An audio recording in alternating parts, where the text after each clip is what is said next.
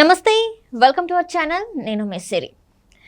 ఈ నెల 22న మరి షర్మిల వర్సెస్ భారతిరెడ్డి గారి లాగా ఉంటుందా? భారతిరెడ్డి గారు అయితే మరి నామినేషన్ వెళ్ళిపోతున్నారు. మరి ప్రత్యేక రాజకీయాల్లోకి తను రాబోతున్నారా? సో ఈ అంశాన్ని మనకు వివరించడానికి మనతో పాటు ఉన్నారు TDP official spokesperson Suryadevara Latha గారు. నమస్కారం మేడం. నమస్తే మేడం, ఇప్పుడు చూస్తుంటే భారతిరెడ్డి గారు నామినేషన్ వేయబోతున్నారు అని చెప్పేసి మనకి వార్తలు వస్తున్నాయి. తను మరి రాజకీయాలకి రాబోతున్నారా? మరి ఇప్పుడు పోటీ ఎలా ఉండబోతుంది? నామినేషన్ అంటే 22న నామినేషన్ వేస్తారని చెప్పేసి మనకి వార్తలు వస్తున్నాయి.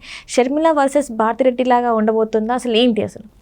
అంటే పులివెందల నుంచి అయితే ఎప్పుడు జగన్మోహన్ రెడ్డి క్యాండిడేట్గా ఉండటం తెలిసిన విషయమే.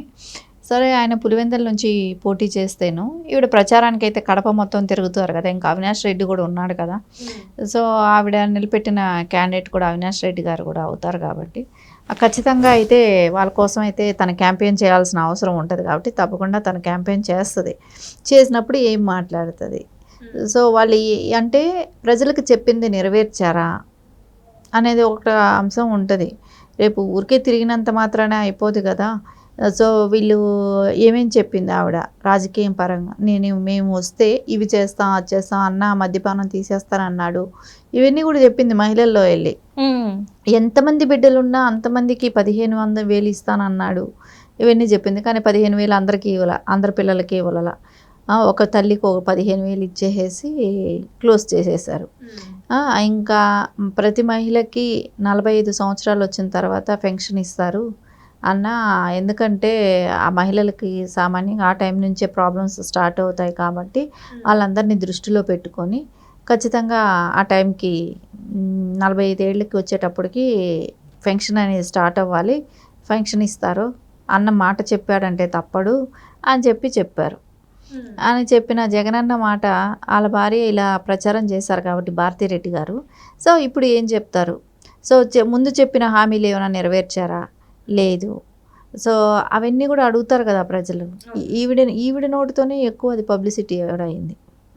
జగన్మోహన్ రెడ్డికి చెప్పటం వేరు, ఈ ట్రోల్ చేయటం కూడా జరిగింది కదా తర్వాత కూడా. కాబట్టి ఈవిడదే ఎక్కువ అందరికీ తెలుసు ఇలా చెప్పిన విషయాలన్నీ.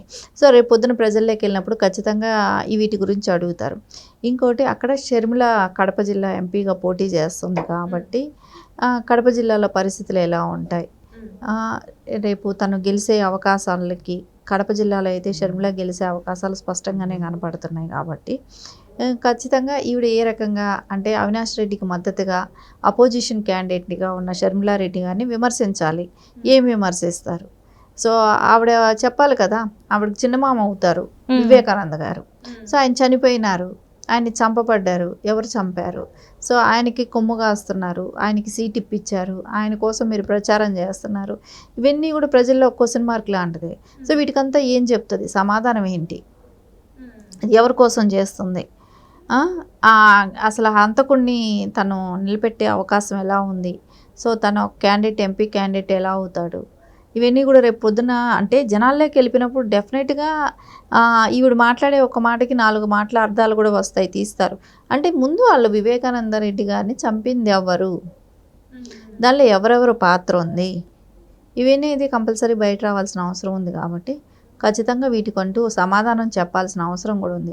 ఇంకా అక్కడైతే తెలుగుదేశం క్యాండిడేట్ బీటెక్ రవి గారు అక్కడ పులివెందల్లో నామినేషన్ వేస్తారు కాబట్టి సో ఆయన ప్రచారం ఆయన చేస్తాడు.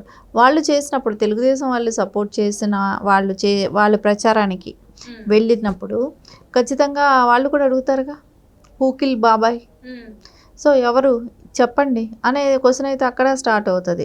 సో అపోజిషన్ పార్టీలు అన్నీ అదే అడుగుతున్నాయి, కడప ప్రజలు అదే అడుగుతున్నారు, కాంగ్రెస్ వాళ్ళు అదే అడుగుతున్నారు, వామపక్షాలు అవే అడుగుతున్నాయి. సో జనసేన అయినా అదే, కూటమితో కలిగిన తెలుగుదేశం, బీజేపీ అందరూ కలిసి కూడా అడిగేది బాబాయ్ ఎట్లా చచ్చిపోయాడో చెప్పండి. సో అపోజిషన్ పార్టీలు అన్నీ కూడా ఇంకా అదే క్వశ్చన్ చేస్తాయి, ఎక్కడికి వెళ్ళినా కూడా అదే ఉంటుంది. సో ఎలాగైనా 18 నుంచి నామినేషన్స్ వేస్తున్నారు, మేబీ వీళ్ళు 22 వేస్తారనేది టాక్ నడుస్తుంది కాబట్టి 22కి వెళ్ళి నామినేషన్ వేస్తారనేది. సో వేసిన దగ్గర నుంచి ప్రచారాలకి ఏ రకమైన ప్రజల్లోకి ఏం తీసుకెళ్తుంది, ఏం చెప్పాలనుకుంటుంది అనేది ఖచ్చితంగా ఎవరైనా కూడా చూస్తారు. కానీ అక్కడ మేబీ నాకు తెలిసినంత వరకు భారతిరెడ్డి గారు ప్రచారానికి వెళ్ళకపోవటం మంచిది. ఎందుకంటారు? ఎందుకంటే అక్కడ ఉన్నది షర్మిల. షర్మిల తనకి ధీటుగా మాట్లాడలేరంటారా? షర్మిల వాగ్దాటికి భారతిరెడ్డి గారు పనికిరారు. వదిన మరదళ్ళ సభ బయట రోడ్డు మీదనే జరుగుతాయి. సో ఆ పరిస్థితి మనం ఈసారి అందరం కూడా చూస్తాం. సో ఆవిడ వాగ్దాటికి ఈవిడ పనికిరారు ఒకటి, ఇంకొకటి చెప్పిన హామీలే కానీ ఏమీ నెరవేర్చకపోవటం ఒకటి, ఇంకొకటి ఆమెకి చిన్న మామగారైన వివేకానంద రెడ్డి గారికి ఆవిడికి ముందు నుంచే కూడా సరైన సఖ్యత లేదు కాబట్టి, ఫస్ట్ నుంచి కూడా సఖ్యత లేదు ఆయనతో ఆవిడికి. సో తర్వాత మనం సినిమాలో కూడా చూసాం, అదే చూపెట్టారు. తర్వాత ఆయన చనిపోయిన విషయాన్ని కూడా ఆవిడ ఏ రోజు ప్రస్థానంకి తీసుకురావటం, దాని గురించి అదే వ్యక్తికి సపోర్ట్ చేయటం.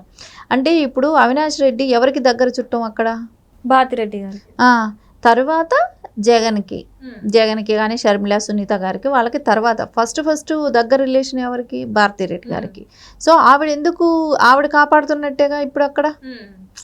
జగన్ కన్నా ఎక్కువ ఇప్పుడు జగన్కి ఎవరు దగ్గర? వివేకానంద రెడ్డి గారు దగ్గర. షర్మిలాకి ఎవరి దగ్గర? అవినాష్ రెడ్డి దగ్గర. సో అందుకని ఆవిడే అవినాష్ రెడ్డి గారిని కాపాడుతుంది. జగన్మోహన్ రెడ్డి వివేకానంద రెడ్డి గారిని చంపిన వ్యక్తులు తెలిసినా కూడా వాళ్ళని భార్య కోసం సేవ్ చేస్తున్నాడు. అంటే ఏమంటారు, భార్య కొంగుచాటు భర్త అంటారా? మరి ఖచ్చితంగా అదే కనపడుతుంది కదా. కొంగుచాటు భర్త కాకపోతే ఎందుకు అలాంటి వ్యక్తికి? ఇప్పుడు మనమే మాట్లాడటం కాదు, షర్మిల గారే మాట్లాడుతున్నారు కదా. సో వాళ్ళ ఫ్యామిలీ మెంబర్సే మాట్లాడుతున్నారు కదా. సో అక్కడ ఖచ్చితంగా అది కనపడుతూనే ఉంది. మనం చెప్పుకోవటం మనం ఇది కాదు, వాళ్ళు ఓపెన్గా అదే చెప్తున్నారు. ఎవరి కోసం కాపాడుతున్నావు, ఎందుకు చేస్తున్నావు, నువ్వు న్యాయం చేయాలని సొంత బాబాయిని చంపిన వాళ్ళకి నీ శిక్షించాలని లేదా, నీకు ఎవరి కోసం కాపాడుతున్నావు, ఎందుకు చేస్తున్నావు వాళ్ళే బహిరంగంగా అడుగుతున్నారు. అక్కడ చెప్పాలి కదా సమాధానం. సో రేపు పొద్దున ఇప్పుడు ఏమైంది, ఎలక్షన్స్ ఇంకా బహిరంగంగా వెళ్ళి చెప్పాల్సినవి చాలా ఉన్నాయి. సో రేపు పొద్దున కడపలో మనము అంటే ఇంట్లో ఎవరితోనా గొడవ పెట్టుకోవచ్చు, అన్ని రహస్యాలు తెలిసిన కుటుంబ సభ్యులతో గొడవ పెట్టుకుంటే ఎలా ఉంటుంది? ఇప్పుడు నీ వీక్ పాయింట్స్ ఏంటి ఏమి అనేది తెలిసిన వాళ్ళు కుటుంబ సభ్యులే. అవునవును. బయట వాళ్ళకి తర్వాత. సో నువ్వు వాళ్ళతో తగాదా పెట్టుకున్నప్పుడు రేపు పొద్దున అన్నీ బయట వస్తాయి. జగన్మోహన్ రెడ్డి గారి గురించైనా సరే, భారతిరెడ్డి గారి గురించైనా సరే రేపు పొద్దున వాళ్ళు మాట్లాడతారు ఖచ్చితంగా. అందుకని ముందు కుటుంబంలో సఖ్యత చూసుకొని ఉండాలి. వివేకానంద గారిని చంపిన అంటే ప్రజలందరికీ కూడా ఒక మెసేజ్ లాగా ఉండేది. వాళ్ళని ఎవరు చంపారో, నువ్వు చుట్టమైనా పక్కమైనా ఎవరినైనా నువ్వు అరెస్ట్ చేయించుంటే. సో ఆ రోజు ఆయన చనిపోయిన రోజు 3 గంటలకి ఎందుకు తాడేపల్లి ప్యాలెస్లోకి ఎందుకు ఫోన్లు వెళ్ళాయి ఆ టైంకి, అవన్నీ కూడా పులివెందుల నుంచి వెళ్ళాయి అనేది ఇట్లా ఉంది కదా. సో ఎందుకు ఆ టైంలో ఫోన్లు చేశారు, ఎందుకు మాట్లాడారు, దాన్ని రిసీవ్ చేసుకున్న వాళ్ళు ఏం మాట్లాడారు, ఇవన్నీ అయితే ఖచ్చితంగా ఒక అవగాహనకైతే రావాల్సిన అవసరం ఉంది. ఇవన్నీ కూడా క్వశ్చన్ చేసే అధికారం కూడా షర్మిలాకు ఉంది కాబట్టి వీళ్ళందరినీ ఆడుకుంటుంది. షర్మిలాకి వచ్చిన అవకాశం కాబట్టి సునీత గారు కూడా ఇప్పుడు ఈ మధ్య మాట్లాడటంలో బాగా ముందు స్టార్టింగ్ తను వచ్చినప్పుడు దానికిను ఇప్పుడు చాలా బాగా మాట్లాడుతున్నారు కూడా కాబట్టి తను కూడా క్వశ్చన్ చేస్తారు.